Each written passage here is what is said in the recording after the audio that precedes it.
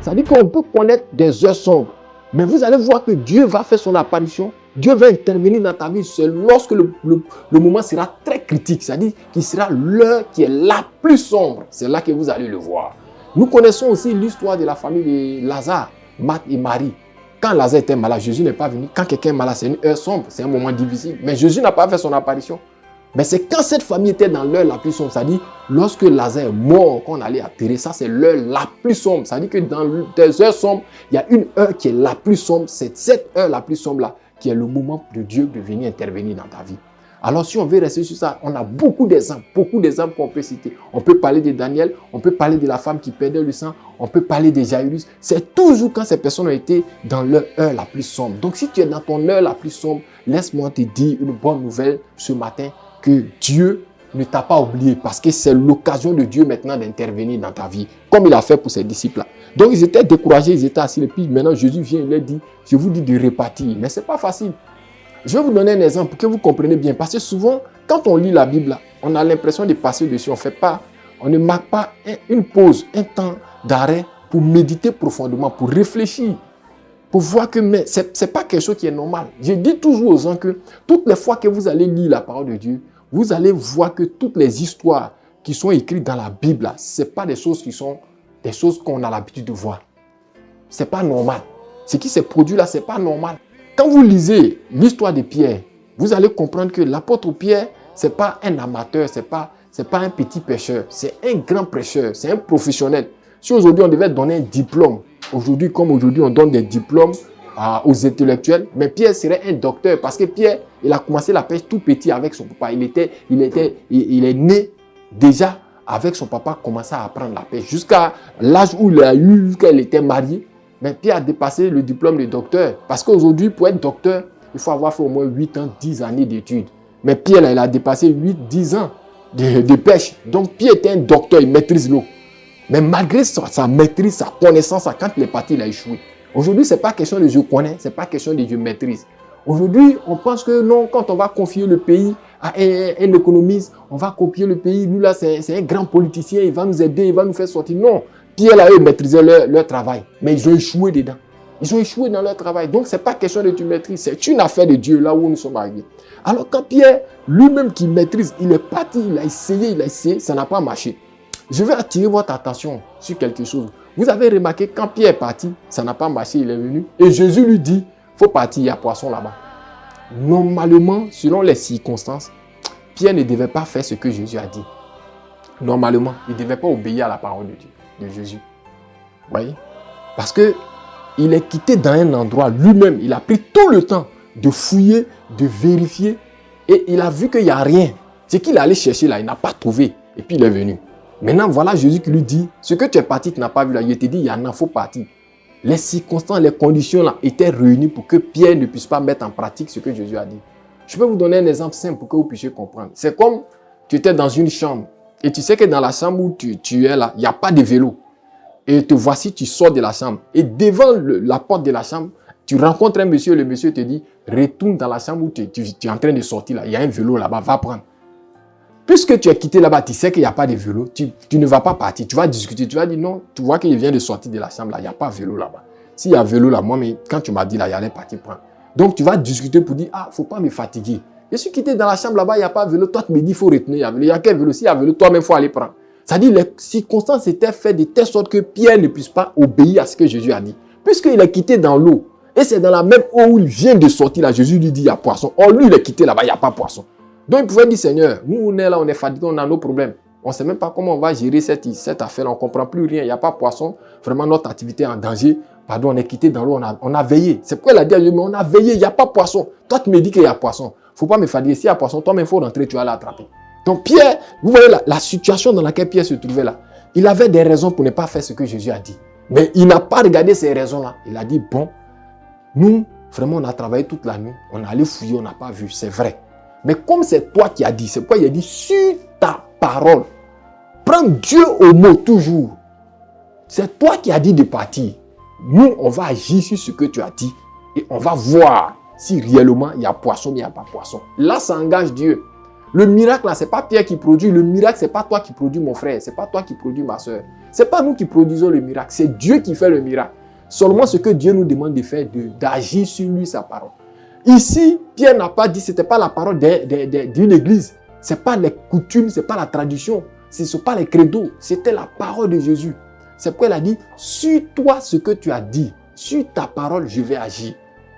Combien de personnes aujourd'hui font ça? Aujourd'hui, vous voyez, si Simon Pierre avait refusé de faire ce que Jésus a dit, il n'allait pas faire cette pêche miraculeuse-là, il n'allait pas avoir de poissons. On n'allait jamais parler de ce récit-là comme ça, qu'ils sont partis, ils ont eu une grande quantité de poissons. Mais quand Pierre a fait ce que Jésus a dit, est-ce qu'on n'a pas vu un miracle? Donc ça veut dire qu'aujourd'hui, si on ne voit pas des miracles, c'est parce que nous ne faisons pas comme Pierre, nous ne faisons pas comme Pierre, nous n'agissons pas sur la base de ce que Jésus a dit. Voilà pourquoi nous ne voyons pas des miracles dans notre vie. Et on se plaint. Au lieu d'agir sur ce que Jésus a dit, on n'agit pas sur ce que Jésus a dit. Aujourd'hui, vous allez prendre une femme aussi dans son habillement, dans sa manière de vivre, dans sa manière de se conduire. Vous allez voir, au lieu d'agir sur ce que Jésus a dit, les gens n'agissent pas sur la base de ce que Jésus a dit. Vous voyez? Et c'est pourquoi leur vie n'est pas un miracle. Vous voyez? Et c'est pourquoi on ne voit pas des miracles. Parce que les gens ne font pas ce que Jésus a dit. Vous voyez? Simon Pierre a fait ce que Jésus a dit pour voir un miracle. Si nous aussi, nous pouvons nous mettre dans la même position que Simon Pierre pour agir sur la base de ce que Jésus a dit, nous allons voir un miracle. Et là, moi, je peux lancer un défi. Il n'y a pas quelqu'un qui va me dire, comme Pierre, il va faire ce que Jésus a dit, et puis lui-même d'abord, sa vie ne sera pas un miracle, ou bien qu'il ne verra pas un miracle. C'est pourquoi même quand tu es malade, et que Jésus dit, si on prie pour toi, tu es guéri, si tu peux croire, si tu peux dire, Seigneur, tu as dit, j'agis dessus, c'est terminé pour là. On ne parle plus de ta maladie, ça. On ne parle plus de la maladie dans ton corps. Ça, c'est terminé. Peu importe la maladie que tu as, si tu peux agir sur la base de ce que Jésus a dit, tu vas voir un miracle. Quand Simon Pierre a fait ce que Jésus a dit, là, il n'y a pas eu de miracle. Il y a eu un miracle. Donc, ça veut dire que toutes les fois que nous aussi, nous allons nous mettre dans la même position que Simon Pierre pour agir sur la base de ce que Jésus a dit, nous allons voir un miracle. Donc, si nous ne voyons pas de miracle, c'est à nous de voir, est-ce que nous faisons ce que Jésus a dit? Parce que Simon Pierre, pour voir ce miracle, il a dû faire ce que Jésus a dit. Et il ne faut pas tenir compte des circonstances. Il ne faut pas regarder pour dire non, je suis parti à l'hôpital, le médecin a dit telle chose, les examens ont révélé telle chose, telle chose, telle chose. Donc à cause de ça, Simon Pierre aussi pouvait dire oui, moi aussi je suis parti là-bas, la lune est dans telle position, on a fouillé dans tel truc. Lui aussi pouvait faire ça aussi pour dire bon, à cause de telle chose, telle chose, telle chose, c'est pas possible. Et puis il n'allait pas voir quelque chose aussi. Mais lui, il n'a pas regardé ça, il n'a pas fait tous ces calculs-là, tout ce qu'on l'a appris, tout ça là, tout ce qu'il a entendu de son papa, tout ça, il a mis ça de côté. Il dit Seigneur, c'est toi qui as dit. Moi, je vais agir sur la base de ce que tu as dit. Combien de personnes aujourd'hui qui nous suivent, qui nous écoutent aujourd'hui, peuvent se mettre dans cette même position de Simon Pierre? Si aujourd'hui, ceux qui nous suivent peuvent se mettre dans cette position de Simon Pierre, montrez-moi quelqu'un qui peut faire ça. Moi, je vais vous montrer des miracles. Je vais vous montrer quelqu'un qui va voir un miracle. Encore tout à l'heure. Je vais vous montrer une femme qui va voir un miracle. Je vais vous montrer un homme qui va voir un miracle. Je vais vous montrer une fille qui va voir un miracle. Je vais vous montrer un jeune homme qui va voir un miracle. Il y a combien de personnes qui font aujourd'hui ce que Jésus a dit dans notre temps, dans notre génération? Combien de personnes aujourd'hui qui mettent en pratique ce que Jésus a dit comme Simon Pierre? Aujourd'hui, c'est ça le problème, c'est ça notre problème. On ne fait pas ce que Jésus a dit et c'est nous qui voulons voir des miracles. Bon, imaginez-vous que Simon Pierre refuse de faire ce que Jésus a dit et pourtant il veut voir un miracle. Mais le christianisme, ce n'est pas la magie. Le christianisme, ça, ce n'est pas la magie. Si nous voulons voir Dieu agir dans notre vie, si nous voulons voir la main de Dieu, si nous voulons voir la puissance de Dieu, nous voulons expérimenter Dieu, comme eux, ils ont expérimenté la puissance de Dieu, mais ils ont dû agir, ils ont dû obéir à ce que Jésus a dit. C'est tout. Nous n'obéissons pas et nous voulons voir des miracles. Donc ce matin, à partir de ce message, je voudrais t'interpeller ma soeur, je voudrais t'interpeller mon frère, je voudrais t'interpeller, toi qui me suis, toi qui nous écoutes, que tout ce que Dieu te demande de faire, fais seulement ce qu'il a dit. Parce que ce n'est pas toi qui as fait le miracle. Les Simon là, ce n'est pas eux qui ont mis poisson, ce n'est pas eux qui ont fait. Si Jésus a dit qu'il y a poisson là-bas, ça relève de son ressort. Lui-même, il sait comment il va se débrouiller pour mettre poisson là-bas. Seulement, il a dit, vous repartez avec les mêmes pirogues, les mêmes filets, dans la même eau. Repartez, vous allez voir si ce que je dis est faux. Ce n'est pas maintenant que Jésus va mentir. Ce n'est pas dans ta vie que Jésus va mentir. Ce n'est pas pour ton cas que Jésus va échouer ou bien que Jésus va mentir. Alors, ce message de ce matin nous interpelle. Veut nous ramener encore à ce que Jésus a dit. Donc, aujourd'hui, si on est dans le découragement toujours, c'est parce que nous refusons de faire ce que Jésus a dit. Si on vit la vie que nous vivons là, c'est parce que nous refusons de faire ce que Jésus a dit. Vous voyez, nous refusons en tant que jeune homme de nous habiller comme Jésus a dit qu'un jeune homme, un monsieur doit s'habiller. Nous refusons de nous habiller comme Jésus a dit en tant qu'une jeune fille doit s'habiller. Aujourd'hui, si nos églises sont dans ces conditions, dans cette situation, c'est parce que nos églises refusent de faire ce que Jésus a dit. Si les hommes de Dieu sont dans cette condition, dans cette situation, aujourd'hui, ils sont devenus escrocs. Aujourd'hui, ils font tout ce que nous voyons aujourd'hui. C'est parce qu'eux aussi refusent de faire ce que Jésus a dit. Voilà tout le problème de la Bible. Voilà tout le problème que nous avons. C'est que nous refusons de faire ce que Jésus a dit. Voilà pourquoi nous ne voyons pas de miracles. Voyez, donc ce message nous interpelle. Sur ta parole, Seigneur. C'est sur ta parole, Seigneur. Pas la parole d'un homme. Pas sur vos credos, vos traditions ou bien vos coutumes. Non, mais sur ce que Jésus a dit. Pas ce que votre église dit. Pas ce qu'un certain homme de Dieu dit. Mais sur la base de ce que Jésus a dit.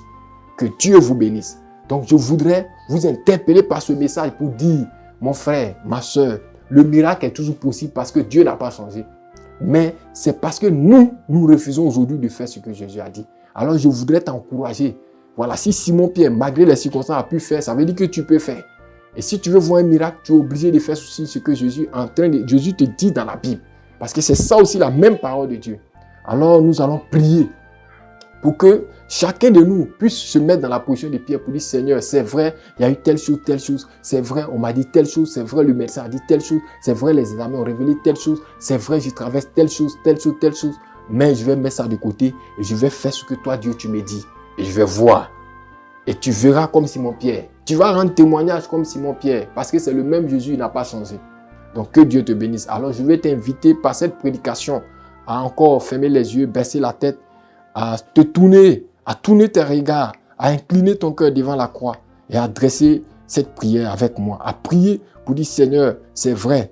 Aujourd'hui, si je vis ce cas, cette situation, c'est ma faute parce que je refuse de faire ce que tu as dit. Je raisonne, mais je vais laisser mes raisonnements, ce que j'ai appris, ma connaissance, Seigneur, et je veux maintenant faire comme Pierre, agir sur la base de ce que tu as dit. Fais comme Pierre pour dire, sur ta parole. Seigneur, sur ta parole. Aujourd'hui, il y a combien de gouvernements qui peuvent agir sur ta parole? C'est pourquoi nos gouvernements sont un échec. Nos pays sont un échec. Aujourd'hui, il y a combien de personnes qui le font? Il y a combien d'églises qui agissent sur la base de ce que Jésus t'a dit? Il y a combien de chrétiens qui agissent sur la base de ce que tu as dit? Combien de chrétiennes? Combien d'hommes de Dieu qui agissent sur la base de ce que tu as dit? Seigneur, nous voulons te dire merci. Parce que tu as envoyé ta parole, Seigneur, pour nous ramener à ce qui est correct. Seigneur, longtemps, Seigneur, nous avons passé notre temps, Seigneur Père, à tourner en rond. Mais par ce message, nous avons compris que si nous voulons voir notre vie changer, transformer, si nous voulons voir la main de Dieu, comme eux, ils ont vu la puissance de Dieu se manifester dans leur vie, dans leurs activités, nous devons faire comme eux pour dire, Seigneur, c'est sur toi ta parole que nous allons agir. Dieu Père Tout-Puissant, nous voulons te prendre au mot comme Simon-Pierre. Seigneur, nous voulons nous habiller comme ta parole nous demande de nous habiller en tant que jeune fille, en tant que femme. Nous voulons nous habiller comme ta parole nous demande de nous habiller en tant que jeune homme. Nous voulons vivre comme ta parole nous a demandé de vivre. Nous voulons nous comporter comme ta parole nous a demandé de nous comporter, Seigneur Père. Et nous allons voir si cette même parole encore, Seigneur, a cette même puissance-là encore, si cette même parole peut produire les mêmes résultats que cela produit pour ces pécheurs-là, éternel Dieu Père. Car je crois que tu es le même hier, aujourd'hui, éternellement. Si hier, Seigneur, certaines personnes en agissant sur la base de ta parole ont vu le miracle, c'est qu'aujourd'hui, Seigneur, tu nous appelles encore, Seigneur, à agir sur la base de ta parole pour voir un miracle, Seigneur Père. Alors je prie, Seigneur Père, pour toutes les personnes qui nous suivent, qui sont malades, éternel Dieu Père. C'est la même parole, qu'ils reçoivent leur miracle, qu'ils reçoivent leur guérison. Nous écrasons tout ce que Satan, Seigneur Père, est en train de faire dans la vie de tes enfants, au nom puissant de notre Seigneur Jésus-Christ. Merci, Seigneur, que ta puissance s'éteigne et que les gens, Seigneur Père, puissent expérimenter ce que Simon-Pierre a expérimenté, Seigneur Père. Que les gens, Seigneur Père, puissent se mettre, Seigneur Père, dans les mêmes conditions de Simon-Pierre et vivre les mêmes réalités que ceux-là, ces pécheurs-là ont vécu, Seigneur Père. Que ces personnes-là les vivent dans leur foyer, ces personnes-là les vivent dans leur corps, dans leur vie, ces personnes-là les vivent dans leurs activités, ces personnes-là les vivent dans leur ministère, ces personnes-là les vivent dans leur quartier, partout où ils seront, dans leur travail, Seigneur Père. Que ces personnes-là les vivent la même chose, Seigneur Père, en agissant sur ta parole. Béni sois-tu, Seigneur Père, pour encore, Seigneur Père, pour ta grâce, pour encore ta main que tu étends puissamment, éternel Dieu Père, pour encore renverser chaque situation, pour renverser, Seigneur Père, toutes choses, éternel Dieu Père, et encore produire encore ton miracle dans notre vie, au nom de Jésus-Christ. Amen. Nous tenons à vous remercier, vraiment, chers téléspectateurs, de nous avoir suivis, de nous avoir écoutés. Merci, que Dieu vous bénisse. Et nous sommes à votre disposition. Toutes les fois que vous avez des préoccupations, vous avez des requêtes aussi, vous avez des questions, vous avez des choses que vous ne comprenez pas, que vous voulez demander, vous avez besoin qu'on vous assiste, que ce soit dans les prières, peu importe. Vraiment, n'hésitez pas à nous appeler, n'hésitez pas à nous contacter. Vous pouvez nous joindre vraiment sur les numéros qui sont au bas de vos écrans. Et nous ferons l'effort avec comptant sur l'aide de Dieu, vraiment de répondre à vos besoins. Je crois qu'avec Dieu, tout est possible. Voilà, donc que Dieu vous bénisse. Merci et nous allons nous retrouver pour une prochaine fois, pour un prochain numéro. Que la grâce et la paix de Dieu soient avec vous. Shalom.